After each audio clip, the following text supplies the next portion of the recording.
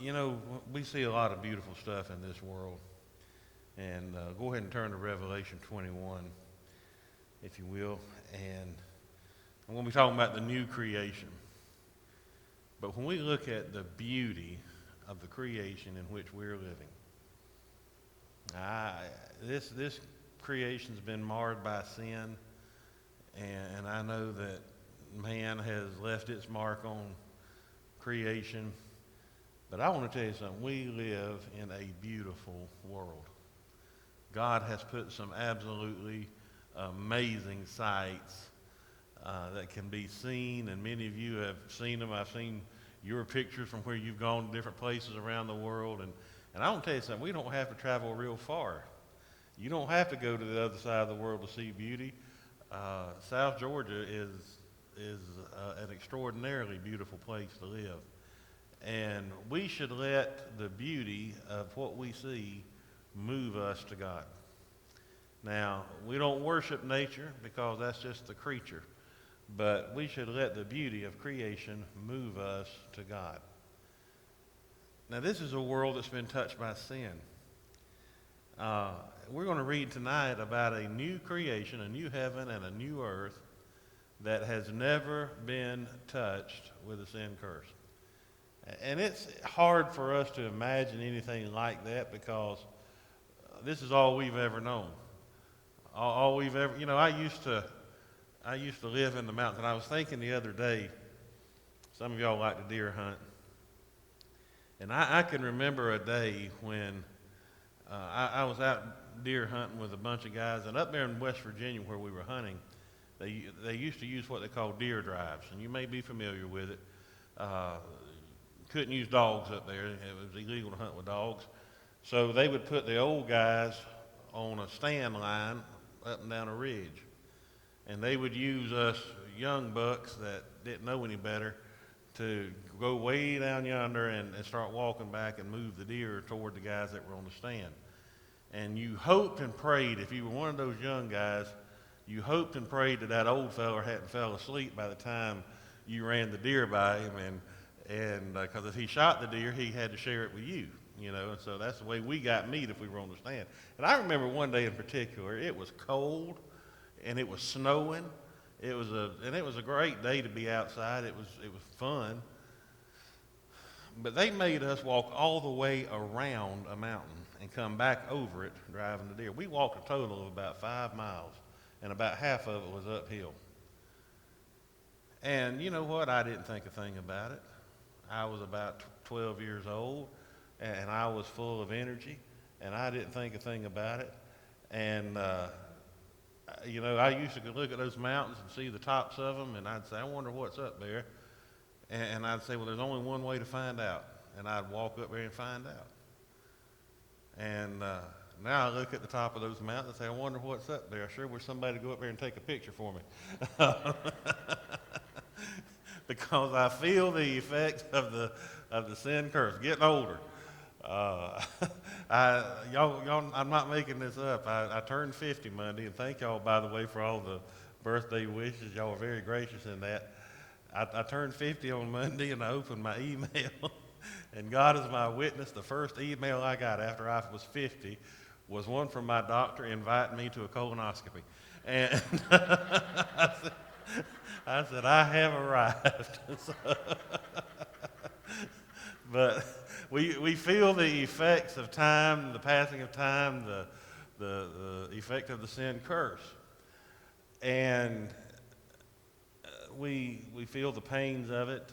And God gave John a vision of what is to come for us. This is our home that we're going to be reading about tonight. This is what we live for. Most of the time when we sing about heaven and we talk about the streets of gold and the walls of jasper and the gates of pearl, we're not singing about the heaven that is now. We're singing about this one that is to come. And it's going to be a wonderful place. But this is heaven from God's point of view because nobody has seen this yet. What we have here is what God showed John. Now, last week we talked about the great white throne judgment. whosoever was not found written in the Lamb's Book of Life was cast into the lake of fire. And Peter describes an event that takes place at the tail end of the great white throne judgment. It's called the Day of the Lord. And it's the day in which the heavens shall melt with fervent heat. And it's going to dissolve. The heavens will dissolve. This world is going to be destroyed. We talked about it this morning. It was covered in water before. It's going to be burned up the second time. And it's going to be destroyed. And so in verse 1 of Revelation 21, he said, I saw a new heaven and a new earth. I want to pause here just for a moment, because this doesn't mean that heaven and earth got a do-over or got a makeover. This is a new heaven and a new earth. And incidentally, this is just a little freebie for being here tonight. If you go back to Genesis chapter 1, and I think I mentioned this a few weeks ago, there's a theory surrounding Genesis 1 called the gap theory. And that gap theory states that there was an original creation in verse 1, and then sin destroyed it, or sin defiled it, and God destroyed it and started over. And that there's a second creation in verse 2. This right here knocks that in the head, because it says the first heaven and the first earth were passed away. Not the old heaven and the old earth, the first heaven and the first earth. What we're living in now is the original creation. And so it's passed away. And I want you to notice the first thing John sees about this new heaven and new earth. There was no more sea. Now, I know what we're thinking. Oh, no, there's no beach. But you got to see this from John's perspective. John is writing this in exile on an island. He is surrounded by the sea. To him, that sea represents what is causing his loneliness. It is what is separating him from what he has always known. That sea is a place of uncertainty. We use the trials of life sometimes, and we describe them as storms on the sea of life. And many songs have been written about the sea of life and how treacherous it is, how dangerous it is, and how it threatens us. And John sees this, and the first thing that he notices is, hey, there's no more sea. There's no more things to separate us from one another, and there's no more things there to threaten our well-being, and there's no more sea. And I, John, saw the holy city, New Jerusalem, coming down from God out of heaven, prepared as a bride adorned for her husband. We look at this verse and we see three things about this city. Number one, it's a holy city. This isn't Las Vegas. This isn't the kind of city people go to see how much trouble they can get into. No, this is a holy city. This is a city that is set apart for the glory of God and for the worship of God and the worshipers of God. And it's a New Jerusalem. It's the place of peace. It's the place of the reign of Jesus Christ, and it's coming down from God. It's a heavenly city, coming down from God out of heaven. Every city that we have here on earth is a city of man, and it is a city that has been built up from the earth. We look at, I was driving through downtown Atlanta the other day, and thank God for His grace that gets us through places like that. And I'm looking at all of these tall buildings, and I didn't even wonder what the top of them looked like. It wasn't a mountain to me. I just said, that's just something I need to get away from. And I got back to Camilla just as quick as I could. But that's a city that has built up from nothing. I mean, it's a long way from back in 1865 when a certain Yankee general marched through there and burned it to the ground. Won't talk about him. But that city has built up. And you know what they're saying? That within a few more years, that the city of Atlanta will stretch all the way from the Georgia-Alabama line to the Georgia-South Carolina line? Can you believe that? We will not be able to get out of this state without going through Atlanta, unless we go way around it through Alabama. And who wants to do that? It's a heavenly city. It's something that God has prepared. In the book of John, Jesus said, I go to prepare a place for you. And if I go, I will come again and receive you unto myself, that where I am, there you may be also. Now, that was almost 2,000 years ago, and I don't know how all of that works with God, and He's eternal and timeless and everything. But when we look at the magnificence of this creation, even though it's been touched by sin, we look at the magnificence of this creation, we look at the glory of the universe, and think that God did all of that in 6 days. What do you reckon He's going to do in 2,000 years? It's going to be spectacular. It's going to be beyond our imagination. The Apostle Paul got a glimpse into some of this.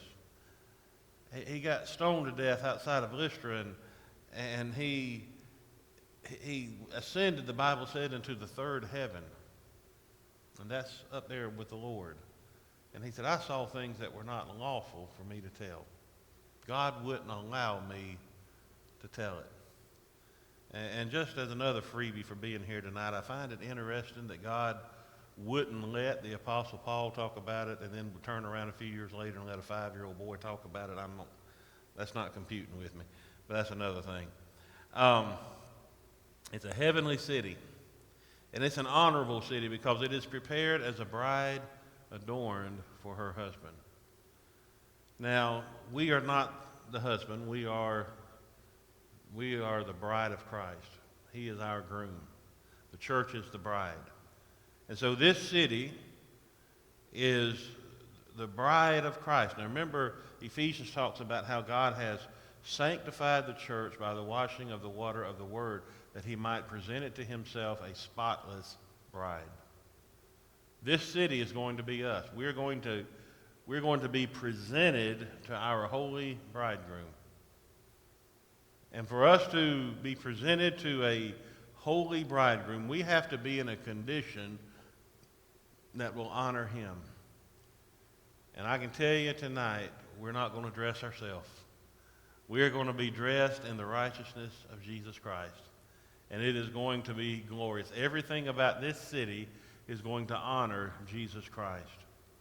And I heard a great voice out of heaven saying, behold, the tabernacle of God is with men.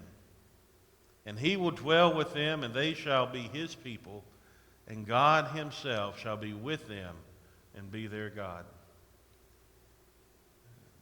To me, this is a very insightful verse of God's heart towards man. Now, this is God talking about heaven. We think about heaven, and there's a lot to think about. My granddaddy and I were very, very close, and he passed away in 1976. I was 7 years old, and I tell you what, there's hardly a day, even now, there's hardly a day goes by I don't think about him. And there are times when I miss him as much now as I did a week after he died. You know, it's just, I think about fishing with him, and he and I used to cut firewood together and do a lot of great things, and we'd hang out and we'd aggravate my grandmother and just, you know, stuff that guys do, and I miss him.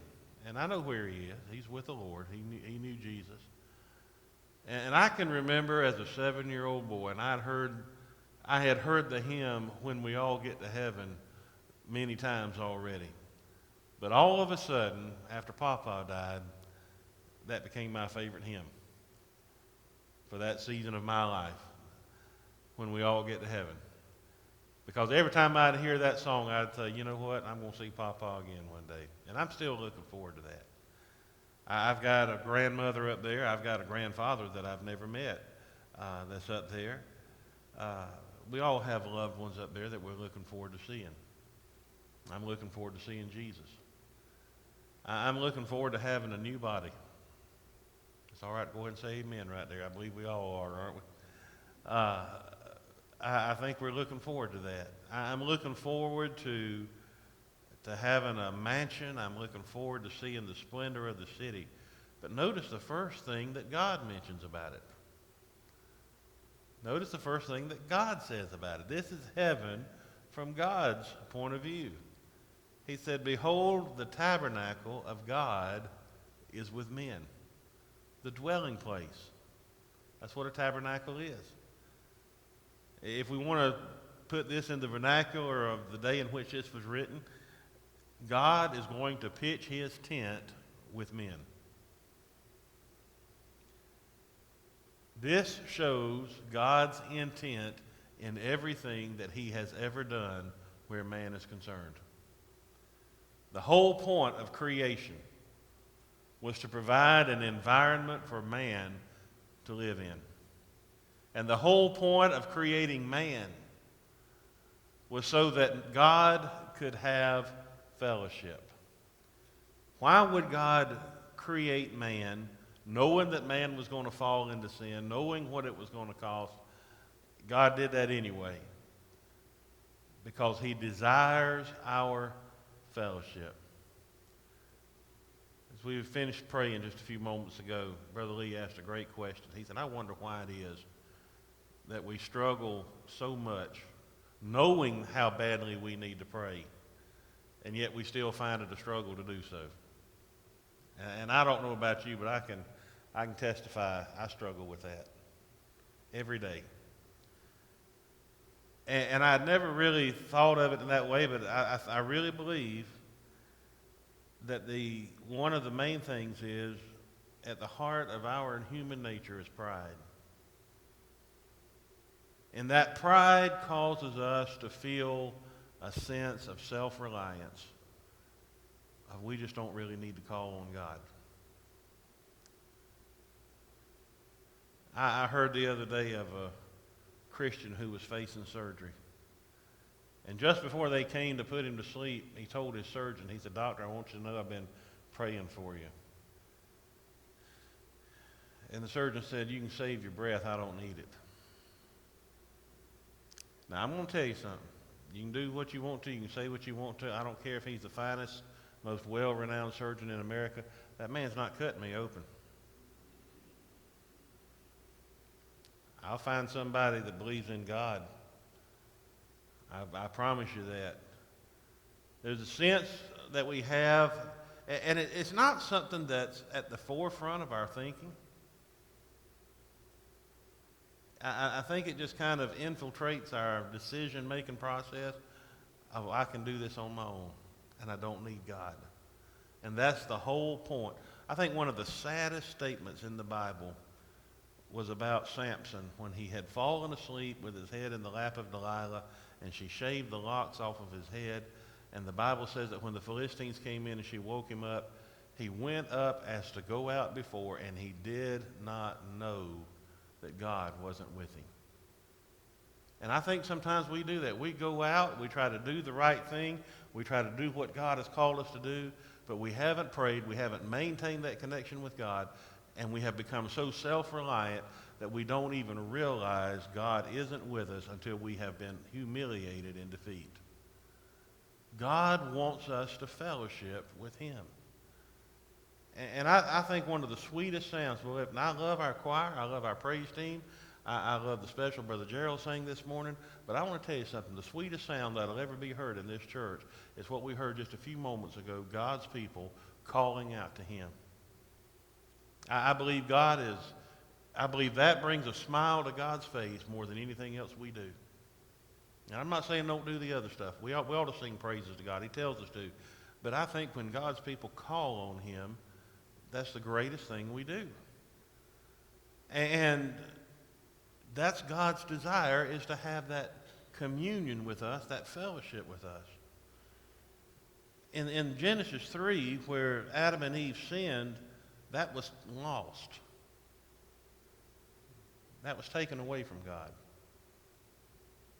And man lost his access to God personally like that. And man lost the place that God had prepared for that fellowship. Right here, we see that coming back together. Everything between Genesis 3 and what we just read is the record of God's work at bringing this to pass. When we read the Bible, we are reading God's work at bringing that fellowship between him and man back together. And God said, my tabernacle is with men, and he will dwell with them, and they shall be his people. God said, they're going to be mine. We're going to belong to him. We're going to be characterized by his presence, by his identity, and God himself shall be with them and be their God. We won't be tempted to worship anything else. We won't even, I don't believe we'll even have a memory of other gods. And then we see the beauty of what's not there. God shall wipe away all tears from their eyes. Now notice the timing of this. People say, well, there's no tears in heaven. Well, in the current heaven there are. I believe that.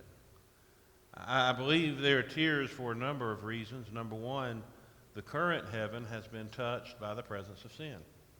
Sin actually began in heaven before it ever occurred on earth. It occurred in the heart of Lucifer as he was the archangel in heaven in the presence of God. And so sin has touched it. Now heaven is a far better place than this earth. There's no doubt about that. And our loved ones who have already passed on in the Lord and who have gone there are in a much better place than they were here on earth. And we can rest in that and we can have confidence in that. The thing that should bless us is it's going to get even better. Because God will wipe away all tears.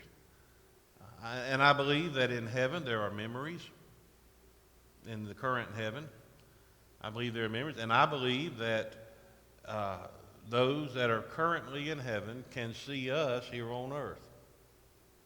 Because Hebrews chapter 11 and Hebrews chapter 12 talks about a great cloud of witnesses. And these are those who have already died in the faith who are watching us as we run the race right now.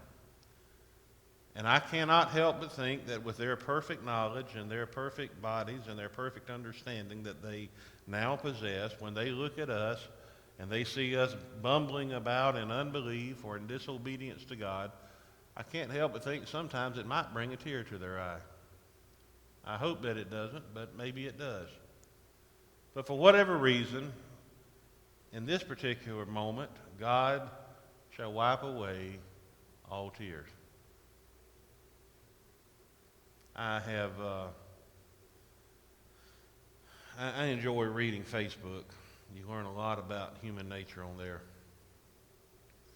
And there's something I've noticed over the last few weeks. It's just, there's always had a problem with this, but it seems like over the last few weeks, we are hearing report after report after report of missing children. As sex traffic is increasing in America at a horrifying rate, and that is a statistic that our state leads the nation in, and what an abomination that is. And I've seen some of you sharing posts from people that you don't even know, but you sympathize with what they're feeling. Have you seen my child? And there's a picture of the child, there's a description of them, there's information regarding the last time they were seen, and you can see as time goes by, the parents are getting more and more desperate. Where's my child? Where is my child? And sometimes God allows that child to come back home, and sometimes the worst happens. And I think sometimes that the worst thing would be never knowing. I can't imagine that. There are no missing children in heaven. I remember the horror of September 11th, 2001, as those buildings collapsed. And people were in panic, and they were out of their mind. Have you seen my loved one? Have you seen my loved one? Putting up pictures, putting up posters, and fearing the worst. There are no missing people in heaven. There will be no cause for tears, because look at here. There shall be no more death. No more death. Can you imagine a world with no death? Can you imagine what that's going to be like? To never have to worry about waking up and your loved one not waking up?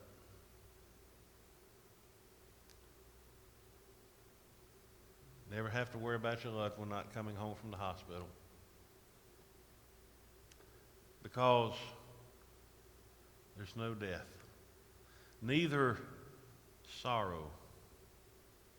Every one of us has felt the burden of sorrow because of the sin curse. Part of the beauty of our redemption is that Jesus, in his mercy, allowed himself to become a man of sorrows, acquainted with grief. Jesus knew what it was like to experience the death of a loved one. Jesus knew what it was like to experience rejection from people that he loved. Jesus knew what it was like to be betrayed by a friend. Jesus knew what it was like to experience the separation from his Father. A man of sorrows. But in heaven there will be no more sorrow, nor crying. Nor crying. Neither shall there be any more pain. That'd be a good place to say amen right there. No more pain. You can throw the pain relievers in the trash. Won't need them. Have a new body.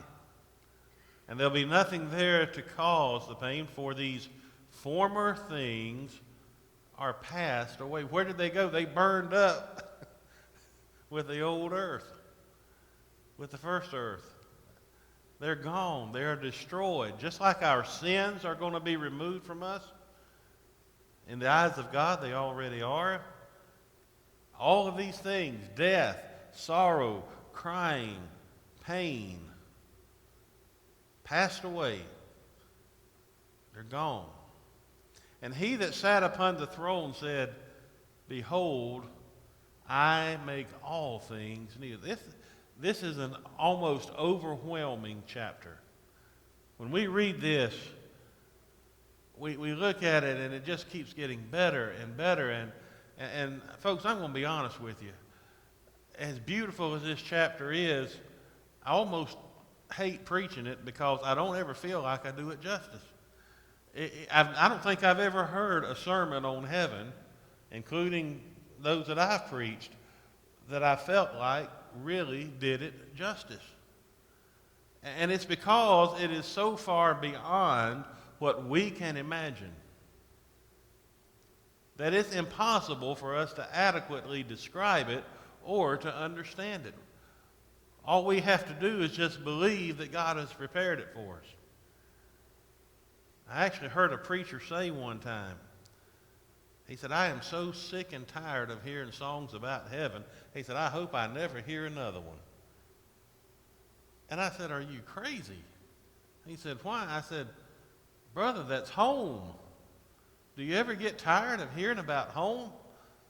He said, well, I guess that didn't sound too good, did it? He was one that was prone to fly off the handle sometimes. Good guy. But God says, I make all things new. And he said unto me, write, for these words are true and faithful. Now, when God says something is true, here's the thing. When God says something, he doesn't really have to qualify it as truth, because we know that since it comes from him that it is true by default. I mean, God cannot lie. But when God says something and it says, now you can believe this because it's true, that means God is emphasizing the validity of it. Folks, what we're talking about here tonight is not an allegory. It's real. There really will be no tears in heaven. There really will be no death in heaven. There really will be no pain in heaven, no sorrow, no crying. He said, "Write, for these words are true and faithful." What makes this happen? It is the presence of God with man. You know what that tells me? And I'm going to wrap up with this thought tonight. That tells me that in the presence of God, there's an absence of sorrow. In the presence of God, there may not be an absence of pain, but there is His grace that is sufficient. In the presence of God, and I'm speaking of the present time now, in the presence of God, there may be death, but for those who believe in Him, that's just a temporary thing. That's just a transition from this life into heaven. There may be crying, but the Bible says weeping may endure for the night, but joy comes in the morning. In other words, even though we haven't quite got to verse 4 in this life, we can get a taste of it through the grace of God by seeking His presence. The closer we are to God right now, the less impact these things that are in verse 4 will have on us now. We see people today who are just completely immobilized by their sorrows. You ever seen anybody like that? Maybe you've been there. Where you are so sorrowful, you're so burdened, you're so grieving that you just shut down. Where pain just dominates our life and defines our life. We don't have to be defined by that. We are people of God's grace. And He says, my grace is sufficient. And so in this life, as we look forward to the beauty of the next, in this life, we can get a little taste of heaven on earth as we walk with God, as we seek His presence. And so, beloved, I want to encourage you tonight with all of my heart. Let's walk with God. Let's spend time in prayer. Let's spend time in His Word. Let's talk to Him. Let's listen to Him. God has things He wants to tell us. Many of you have grandkids. And I know you get excited when your grandkids come to see you. And let me ask you something. And I'm asking this because I don't have any grandkids of my own yet. I would imagine one thing that you look forward to is the opportunity to tell them things that are on your heart towards them. Am I right? You've got stories you want to tell them. You've got wisdom you want to pass along to them. You want to tell them how bad their mom and dad were when they were growing up. There are things on your heart that you want to share with them. You love them, and so you want to spend time with them and teach them things and tell them things. And I believe that's the way God is with us. He doesn't want to just hear our voice. He wants us to hear His. So let's pursue the presence of God.